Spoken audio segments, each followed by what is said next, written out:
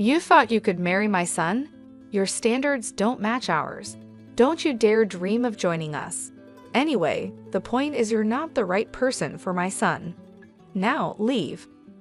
That's how coldly my father-in-law spoke to me. My mother-in-law joined in, saying, "You only approached Jake for money anyway." My name is Jessica. I'm 35 years old and I work for a company. Since graduating from university, I've been at the same job for years. Some of my coworkers left to start their own businesses, get married, or have children. But I stayed and devoted myself to my work every day. You might think I'm a lonely workaholic, but I'm not, because I have a boyfriend named Jake. Jake was a business partner. I thought he was a nice young man who took his work seriously. As we worked together, we started to like each other. He confessed his feelings for me, and we started dating. It's been a few years since we started dating, and now we're even engaged. But if you ask me if I'm not worried about marrying him, I have to admit that I am. He's younger than me, and I wonder if he's okay with our age difference, even though he says it doesn't matter. By the way, his father is a business owner, and Jake works for his father's company. This means that one day, Jake will take over the company and become its president. I was worried that his parents would oppose our marriage. I've been feeling uneasy about it for a long time. Of course, I was happy when he asked me to marry him, but I wondered if we could really get married. However, Jake didn't seem to mind at all. His optimism was one of the things I loved about him. He had already met my parents, and we often had nice dinners together. My parents agreed that we should get married, and they liked Jake very much. Finally, the day came to meet Jake's parents. I had been so nervous about it for weeks. Their house was spectacular, just as I expected for the president of a company. It was so big that it felt like a royal palace. As soon as we arrived, I started to worry if my clothes were appropriate for the occasion. I had picked out nice clothes, but I wasn't sure if they were good enough. I'm from a normal family, so Jake's world felt very different from mine. Jake would take me to fancy restaurants and book expensive hotels for our vacations. He thought that sort of thing was normal, but it made me feel like he lived in a different world. Even so, he never pushed his values on me or bragged about being rich. "I don't judge people by their money. I fell in love with you because of your personality and inner beauty," he would say. At first, I wondered why he was dating an older and ordinary woman like me. But his sweet words made me believe he truly loved me for who I am. Because we love each other deeply, Jake and I are getting married. I feel like I've met a wonderful man, and I want his parents to approve of our marriage. "Don't worry, babe. I've already told my parents about you," he said to encourage me. Then the front door opened, and his mother welcomed us. "Welcome. You must be Jessica." "Yes, I'm Jessica. Nice to meet you." His mother gave me a quick nod and let us in. The living room was huge, and Jake's father was there, sitting on a big luxurious sofa, waiting for us. I felt nervous all of a sudden. Meeting his mother made me nervous, but his father was even more intimidating, as you'd expect from the president of a company. "It's a pleasure to finally meet you. My name is Jessica. Thank you for inviting me today," I said, my voice shaking. Jake looked at me and smiled. "Don't be so nervous." But his parents weren't smiling. They were staring at me with very cold eyes. I felt a chill down my spine. "Please sit down," his father said, pointing to the sofa. It felt like a job interview. "Well, no, excuse me," his father said as soon as I sat down. His mother agreed with him. "Hey, Mom, Dad, what are you doing?" "What do you mean, no? It's rude to say such a thing," Jake said, upset, trying to defend me. But his parents didn't seem to listen. "How old are you anyway? You look pretty old to me," his father asked. "I'm 35, I replied. "You're 5 years older than Jake.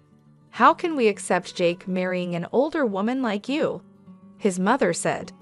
"Besides, it's already too late for you to have children, isn't it? We need someone who can give us grandchildren. I think it has to be a young woman, at least younger than Jake." I knew they would mention my age. And you're single at your age? I can't help but think you have some kind of problem. Maybe you're too difficult or have a bad personality or something like that, his mother added. Mom, what are you talking about? Jessica is a wonderful person with a great personality, Jake protested. Then why hasn't she married before? His mother shot back. Excuse me, I said. I know I'm a little older to be married, but I love my job and wanted to work hard.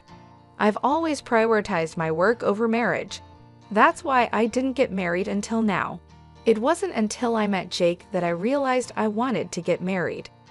I was almost overwhelmed by the pressure from his parents. I tried my best to choose my words carefully, but their attitude didn't change at all. Working harder? It's not like the company you work for is a big one. Even if you work hard and get promoted, you don't get paid much, do you? I think you should focus more on making yourself more attractive as a woman. You know, it would be nice if you put in some effort.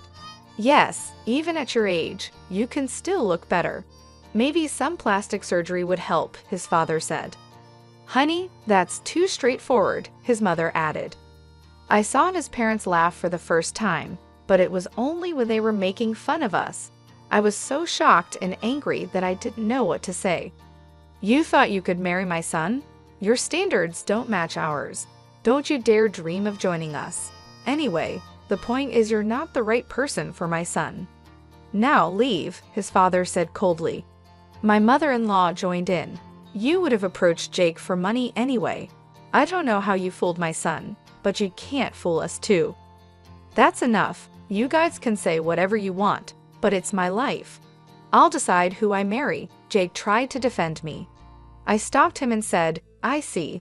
I understand how you feel, but it's quite rude of you to say such horrible things to me, especially since we just met. I don't care if you're richer or not. It's not important to me. But if I were to become rich, I definitely wouldn't want to be like you. I stood up and walked out.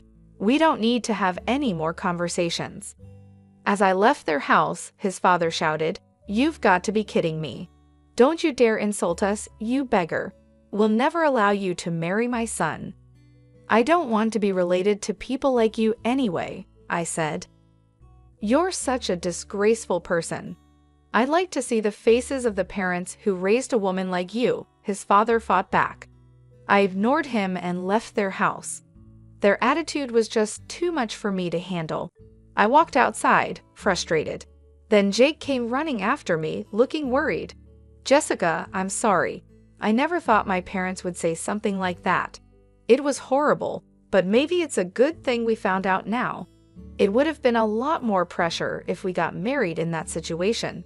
Anyway, I'm leaving them. I'm not taking over Dad's company. I'm quitting too. You shouldn't make such a decision in a rush, I said. I'm not rushing. I really do love you, Jessica. We didn't get together for money, so there should be no problem if I leave the house. Well, that's true, but let's go to your parents' house and tell them about this, he said, pulling my hand and starting to walk. My parents were surprised by our sudden visit, but they welcomed us warmly. While having tea, we told my parents what had happened. My father listened without saying a word. Jake, your father's company is called SpaceX, right? And your father's name is Henry Cavill. Yes, but why? That's what I thought. I see. Why don't we go with you to your parents' house now? Dad, what's going on? Because they said they wanted to see her face, right? Let's go show her face then, shall we? My father isn't the type to get provoked, so I was surprised by his reaction, but he was ready to go. So we had no choice but to go back to Jake's parents' house. This time, Jake's father answered the door, not his mother. You again, I won't forgive you, no matter how many times you come back. Whose daughter do you think you were talking to, Patrick? My father said. Jake's father looked at my father, rolling his eyes. It took him a few seconds to finally recognize something. Mr. Richard, is that you? You finally remembered. Your daughter means her father is me. That's right. She's my only daughter. We had her later in our marriage. By the way, how dare you insult my precious daughter? Have you forgotten what I told you back then for 2 years? No, you see, when you were arrested for smoking and drinking, you were even caught shoplifting. I covered for you and gave you a chance to become a better person, didn't I? I did everything I could so you could get a decent job. Didn't I teach you that no one can live alone, and we all need to support each other? And yet, as soon as your company became successful, you forgot all that, didn't you? I apologize for that, Jake's father said, now looking fragile, a complete change from before. If you want to be the president of a company, you need to treat people with compassion. Do you think you're better than others just because you're successful? Aren't you looking down on people when you shouldn't? Well, he seemed to understand what was being said. Dad, my boss always says his stomach hurts from stress. Are you harassing him? Jake asked. What are you talking about? I'm just pushing him hard because I expect better of him, his father said, starting to come unraveled. Just when I thought you'd finally come to your senses, you're back to your old self. You're a real pain, Patrick. First of all, I want you to apologize to my daughter for insulting her. Yes, I am sorry, Jessica, he said, bowing his head to me, prompted by my father. It seemed that the master-slave relationship from their student days was still hard to change. Honey, you should apologize to her as well, my father-in-law said to his wife. My mother-in-law bowed her head as well. I felt relieved that his parents apologized to me. Hey, I'm leaving this house and the company too, Jake said. His parents panicked. Wait a minute, if you leave, who's going to take over? Your father's right, you're the only one we have left. I'm sick of you controlling everything in my life, Jake replied. I covered for you and gave you your chance to become a better person, didn't I? My father said, his voice steady and strong. I did everything I could so that you could get a decent job. Didn't I teach you that no one can live alone and we all support each other? And yet, as soon as your company is successful, you forgot all that, haven't you? Jake's father seemed taken aback, his previous arrogance gone. I apologize for that, he said, his voice trembling. The man who had been so intimidating just moments before now seemed fragile, a complete change from before. If you want to be the president of a company, you need to treat people with compassion, my father continued. Do you think you're better than others just because you're successful? Aren't you looking down on people when you shouldn't? Jake's father hesitated.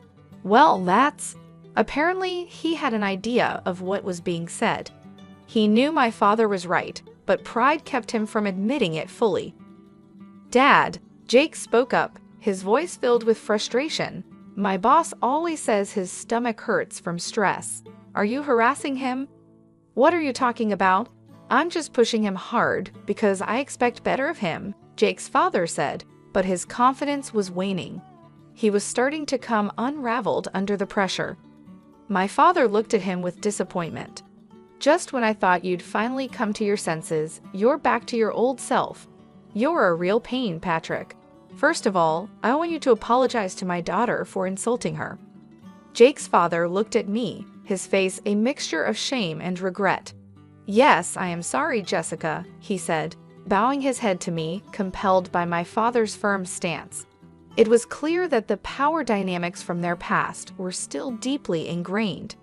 Honey, you should apologize to her as well, Jake's father said to his wife, who nodded and bowed her head too. I felt a wave of relief wash over me as his parents apologized. It was a small victory, but it meant a lot. Hey, I'm leaving this house and the company too, Jake announced, his voice steady and resolute. His parents' eyes widened in panic. Wait a minute, if you leave, who's going to take over? His mother asked, her voice trembling. Your father's right, his mother added, desperation creeping into her voice. You're the only one we have left. Jake shook his head, his resolve unshaken. I'm sick of you controlling everything in my life. I've made my decision. My father stepped forward, his presence commanding the room. Patrick, it's time you learned that respect and kindness are more important than wealth and status. You've been given a chance to change. Don't waste it." With that, we left the house. Jake and I walked away together, leaving behind the toxic environment that had tried to tear us apart. It was the beginning of a new chapter for us, one where we could build a future based on love, respect, and mutual support. "I am going to start my own company and see how far I can go on my own," Jake declared. "And I'll marry Jessica as I promised. Thanks for everything." Jake bowed his head deeply to say goodbye to his parents. Their faces turned completely pale and they froze in shock. Despite their reaction, we left them behind and walked away together. My father had been a high school teacher until he retired, and I had no idea that Jake's father was one of his former students. When I looked up the company Jake worked for on their website, I saw Patrick's picture. My father had told me that he had a student who became successful, but he never mentioned who it was. At first, my father was happy to see that one of his students had achieved something great. He always believed in hard work and integrity. "You can't be blinded by money and forget what's important," he used to say. My father was a dedicated teacher, always strict about values like honesty and humility. Jake followed through on his promise. He quit his job and started his own business. I supported him while continuing to work at my own job. Jake had a natural talent for being a business owner, and his company started making a profit early on. I was proud of him and happy to see his success. We got married, just as we had planned, and became husband and wife. We lived joyfully every day, supporting and loving each other. Our life together is filled with happiness and mutual respect.